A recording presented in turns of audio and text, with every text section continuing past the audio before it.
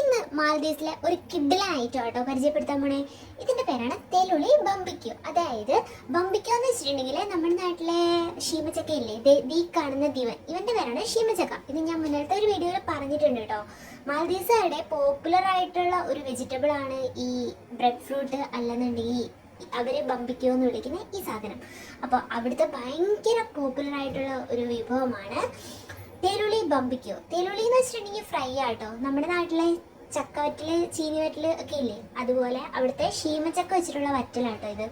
അപ്പോൾ ഇതിനായിട്ട് ഷീമച്ചക്ക ചെറുതായിട്ട് നാരമായിട്ട് അരിഞ്ഞെടുക്കുക. അത് കുറച്ച് ടാസ്ക് ആണ്, കാരണം ഇത് നല്ല കട്ടിയാണ്. അതിനുശേഷം എണ്ണയിലിട്ട് നന്നായിട്ട് വറുത്ത് കോരുക. നമ്മുടെ നാട്ടിലെ ബനാന ചിപ്സ് ഒക്കെ ഉണ്ടാക്കത്തില്ലേ, അതുപോലെ തന്നെ. പക്ഷെ പറയാതിരിക്കാൻ പറ്റില്ല, ജീവിതത്തിൽ ഒരിക്കലെങ്കിലും ട്രൈ ചെയ്തിരിക്കേണ്ട ഒരു ഐറ്റമാണ്. ഒരു രക്ഷയില്ല. എപ്പോഴെങ്കിലും നിങ്ങൾക്ക് ഷീമച്ചക്ക കിട്ടുകയാണെന്നുണ്ടെങ്കിൽ നിങ്ങൾ എങ്ങനെയും ഇതൊന്ന് ഉണ്ടാക്കി നോക്കുക. അപ്പോൾ ചാനൽ ഇഷ്ടമായിട്ടുണ്ടെങ്കിൽ ഒന്ന് സബ്സ്ക്രൈബ് ചെയ്തേക്കണേ.